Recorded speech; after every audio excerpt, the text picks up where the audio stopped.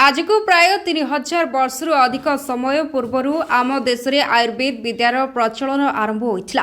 अतीत में जो महान आयुर्वेद विज्ञानी गण से अलौकिक प्रतिभा बल में भारतीय चिकित्सा विज्ञान उत्कर्षता साधन कर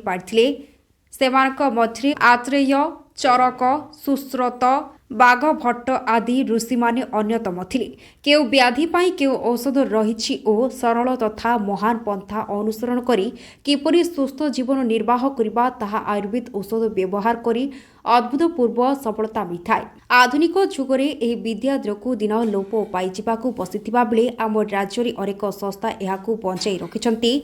तन्मध्यरु कोरापुट जिला अंतर्गत सिमलीगुड़ा श्री गुप्तेश्वर आयुर्वेदिक गवेषणा केन्द्र अन्यतम।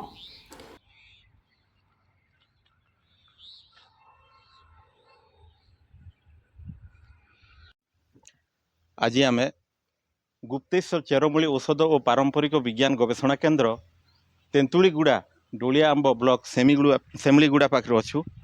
आई पाखे आमर जेते प्रकार वन्य चेरीमूली औषध तैयारी हुए। एठारे आमर देखौली जंगल पटे सबू जंगल को केमती से माने विभिन्न प्रकार ढांचारे चारा रोपण करी विभिन्न औषधीय वृक्ष से माने निजे उत्पादन करुछंती। एठे आमे देखुछु केते प्रकार गद औषध शह शह प्रकार औषध वृक्ष एठारे लगा हेची एवं एठार को शह शह लोकंकर जनसमागम होची। अनेक रोगी आसिकरी एठू सुस्थ होइकरी घर को फेरुछंती। एठे देखंतु ए गोटे भी अगस्ती गछ आउ एभली अनेक गछ आमको तार ना भी जना नहीं। तेंतुलीगुड़ार जो रिसर्च सेंटर अच्छी ए पाखे किछि भाई अछंती से माने कार्यरत अछंती। आसंतु सेमान को पचारिबा से विषय कौन कहउचंती। भाई ये रिसर्च सेंटर ऊपर कौन कहबा चाहे? मो ना श्री सदा पांगे मु ए रिसर्च सेंटर बापांग सहित काम करुच्ची। रिसर्च सेंटर ना होची Shri Gupteswar herbal medicine and traditional technology research centre. एथिरे प्राय 300 रु 350 खंडे चारा लगी। ए चारा विभिन्न जंगल किंबा आमर माली पर्वत 350 प्रकार हाँ एट लगी। आज्ञा हाँ एट लगी। एटा विभिन्न जंगल किणा केते संग्रह भी कराई। एटी माली पर्वत केते अच्छी कि प्राय आम अंचल भी कमी गलानी।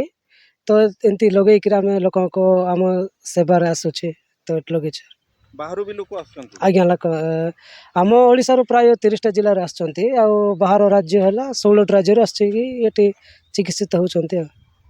विशेष कर केम केम रोग को बेसी आपण माने प्राधान्य दोचंती? एबे प्राय हार्ट सीकेडी जोटा किडनी आउ नर्व जोटा पेन होतिबो आंटू गंटी हेगिरी तारो हेकरी चली सर। केते वर्ष हला आरंभ हलानी? एटी 2019 रो आरंभ हेची। आग गाँ रे करूथिले मु छोटो थिले से टाइम रे यूपी स्कूल पंचम पढुथिले से टाइम रो स्टार्ट हेची सर। तमर पाठ पढा भी चलची? चली सर। पाठ पढा संगे बापा को सहाय्य करची। आज्ञा केमती लागुची? भल लागु सर। लोक को सेवा करी निज लोक भल हेले निज खुशी लागबो। आ तांके जिम प्रकार कहबे जे जंत्रणा रो बाहर लोक कहले हमको संतुष्ट लागु सर। आज्ञा नमस्कार, मो ना हरि पांगी गाँ तेंतुलीगुड़ा सिमलीगुड़ा ब्लॉक कोरापुट डिस्ट्रिक्ट रे रुहे।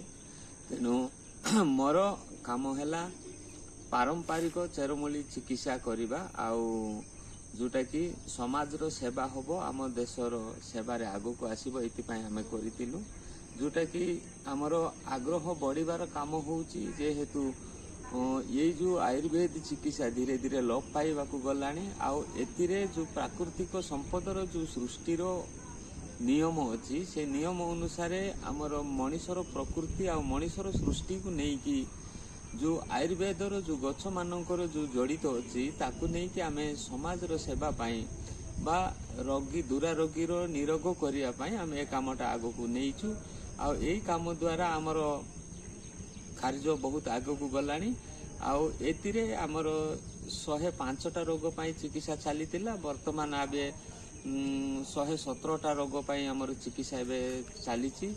एहा सहित आमर कार्यटा बहुत भल लगुची जो द्वारा कि आमरी ओडिशा माटीर सहित बाकी पड़ोसी 16टा राज्यर लोक ए औषध रे आसिकी किछि किछि चिकित्सा हेकी से माने भल हेइचंती। ତା ସହିତ ଆମକୁ ଭଲ ହେଉଥିବାରୁ ଆମକୁ ବହୁତ ବେଶ ଖୁସି ହେଉଛି। ଯେଉଁ ଲୋକ ଗରିବ ଶ୍ରେଣୀର ମଧ୍ୟ ସେମାନେ ଅତ୍ୟଧିକ ଧନ ନଥାଇକି ଗରିବ ଲୋକମାନେ ଏଇ ଔଷଧରେ କେମିତି ରୋଗରୁ ଭଲ ହେଇପାରିବେ ଆଉ ତାଙ୍କର ପରିବାର ଭରଣ ପୋଷଣ କେମିତି କରିପାରିବେ ଏଇଟା ଥିଲା ମୋ ଲକ୍ଷ୍ୟ। ତେଣୁ ସେଥିପାଇଁ ମୁଁ ଏ କାର୍ଯ୍ୟଟା ଆଗକୁ ବଢ଼େଇଛି। ତେଣୁ ଏହି କାର୍ଯ୍ୟକୁ କେମିତି ଆଗକୁ ଆହୁରି ଅଧିକ ମାତ୍ରାରେ ହେବ, ପ୍ରଥମେ ହେଉଛି ଆମର ଗରିବ ଦୁଃଖୀ ନିରୀହ ଲୋକମାନଙ୍କ ପାଇଁ ଏଇଟା କମ୍ ଖର୍ଚ୍ଚରେ କେମିତି ସେମାନେ ଯେତେ ବଡ଼ ରୋଗ ହେଲେ ବି ଆରୋଗ୍ୟ ହେଇପାରିବେ, ଏଇଥିପାଇଁ ଆମର ଲକ୍ଷ୍ୟ ଅଛି ଆଉ ଏଇଟା ବଢ଼େଇଛୁ ଆଗକୁ। ଆଉ ଗୋଟେ କାମ ଯେତେବେଳେ ହେଉଛି ଯେ ରୋଗୀଙ୍କର ଯେଉଁ ଚିକିତ୍ସା ଯେତେବେଳେ ହେଲା ବେଳକୁ ରୋଗୀ ଯେତେବେଳେ ଭଲ ହେଇଯାଉଛନ୍ତି, ସେଥିପାଇଁ ଆମେ ବହୁତ ବେଶ ଖୁସି ଅଛୁ। ଯେଉଁଦ୍ୱାରା କି ଲୋକଙ୍କର ସମାଜ ସେବା ଆମର ଦେଶର ସ୍ୱାସ୍ଥ୍ୟ ପ୍ରତି ଉନ୍ନତି କେମିତି ଆସିପାରିବ ଆଉ ଏ ବିଦ୍ୟାଟା କେମିତି ବଞ୍ଚିକି ପିଢ଼ି ପର୍ଯ୍ୟନ୍ତ ଆଗକୁ ରହିବ, ଏ ଶାସ୍ତ୍ରିକରେ ଯିଏ ଯାଇକି ପହଞ୍ଚିବ, ସେଇଥିପାଇଁ ଆମେ ଆଗକୁ ନେଇଛୁ। ଆଉ ସରକାରଙ୍କ ପାଖରେ ଆମର ଗୋଟିଏ କାର୍ଯ୍ୟ ରହିଛି, ଯେଉଁଦ୍ୱାରା କି ଏଇ କାର୍ଯ୍ୟଟାକୁ ଆମର କେମିତି ଦ୍ୱିଗୁଣିତରେ କରିପାରିବା। ଏବେ କ୍ଲାଇମେଟ୍ ଚେଞ୍ଜ ହେଇଯାଉଛି, ତାପରେ ଆୟୁର୍ବେଦ ଚିକିତ୍ସାଟାକୁ କେମିତି ଆହୁରି ଶକ୍ତିଶାଳୀ କରିକି ଆମର ଦେଶ ସେବାରେ ପହଞ୍ଚେଇବା, ତା ପାଇଁ ଆମର ଲକ୍ଷ୍ୟ ରହିଛି।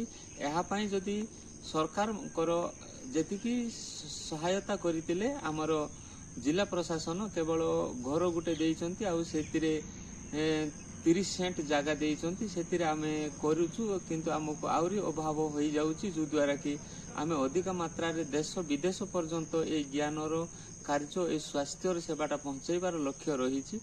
ସେଥିପାଇଁ ସରକାର ଯଦି ଆମକୁ ଆଗକୁ ଯଦି ସହାୟତା କରିବେ, ଆମେ ଦେଶରେ ସମ୍ପୂର୍ଣ୍ଣ ଭାବରେ ଆହୁରି ଅଧିକ ମାତ୍ରାରେ ଆମେ କରିପାରିବୁ, ଯେଉଁଦ୍ୱାରା ଲୋକଙ୍କର ସେବାଟା ଉନ୍ନତି ହେଇପାରିବ, ଦେଶର ସ୍ୱାସ୍ଥ୍ୟ ଅବସ୍ଥା ସୁସ୍ଥ ସବଳ ହେଇକି ଶକ୍ତିଶାଳୀ ରହିବ ଆଉ ତା ସହିତ ଦେଶର ଆର୍ଥିକ ମାନଦଣ୍ଡ କେମିତି ସୁଦୃଢ଼ ହେବ। କାହିଁକି ସ୍ୱାସ୍ଥ୍ୟ ସେବାରେ ଯଦି ଅଧିକା ଧନ ଖର୍ଚ୍ଚ ହେଇଯାଏ, ତାହେଲେ ଆମ ପରିବାର ଲୋକମାନେ ଯେଉଁ ସମାଜର ଧନର ହାନିକାରକ ଅଧିକା ଘଟି ଯାଉଛି। କିନ୍ତୁ ଧନ ସଞ୍ଚୟ ପାଇଁ ହେଲେ ସ୍ୱାସ୍ଥ୍ୟ ଅବସ୍ଥାରେ ଯଦି ଖର୍ଚ୍ଚଟା କମିଯାଏ ଆଉ ଦୁରାରୋଗ୍ୟରୁ ଲୋକ ଆରୋଗ୍ୟ ହେଇଯାଆନ୍ତି, ତାହେଲେ ସେମାନେ ତାଙ୍କର ପରିବାର ସୁଦୃଢ଼ ହେବା ସହିତ ଦେଶର ସ୍ୱାସ୍ଥ୍ୟ ଶକ୍ତିଟା ଆଗକୁ ଉନ୍ନତି ହେଇପାରିବ। ସେଥିପାଇଁ ଆମକୁ ଗବେଷଣା ପାଇଁ ଅଧିକା ଜମିର ଜାଗା ରହିଛି, ଅଧିକା ଆବଶ୍ୟକ ଅଛି। ତାପରେ ଆମକୁ ଜ୍ଞାନ ଆବଶ୍ୟକ ଅଛି, ଯେଉଁଦ୍ୱାରା କି ଆର ଡକୁମେଣ୍ଟ ବା ରେକର୍ଡ ପତ୍ର ଆମକୁ ପାଇଁ କାର୍ଯ୍ୟ କରିବା ପାଇଁ ଅଧିକା ଆମ ପାଇଁ ସହାୟତାର ଆବଶ୍ୟକ ଅଛି। ଏହା ପାଇଁ ଯଦି ସରକାର କିଛି ଆମକୁ ସହାୟତା କରିବେ, ତାହେଲେ ଆମେ ଅନେକ ନ୍ୟାଚୁରାଲରେ ଯେଉଁ ଗଛ ରହିକି ହଜି ଯାଉଛି, ସେ ଗଛକୁ ଆମେ ବଂଶ ବିସ୍ତାର କରି ଚାଷ ପଦ୍ଧତିକୁ ପହଞ୍ଚାଇ ଦେଶର ସ୍ୱାସ୍ଥ୍ୟ ସେବାରେ ଉନ୍ନତି ଆଣିବା ପାଇଁ ମହାବିଦ୍ୟାଳୟ, ଉଚ୍ଚ ବିଦ୍ୟାଳୟ, ବିଶ୍ୱବିଦ୍ୟାଳୟ ପର୍ଯ୍ୟନ୍ତ ଏଇ ଯେଉଁ ସେବାର ତାଲିକା ଯେତେବେଳେ ରହି ଆସିବ, ଆଗାମୀ ପିଢ଼ି ପାଇଁ ଏଇଟା ସୁରକ୍ଷିତ ରହିବ। ଏତିକି କହି ମୁଁ ମୋ ବକ୍ତବ୍ୟ ରଖୁଛି। ନମସ୍କାର।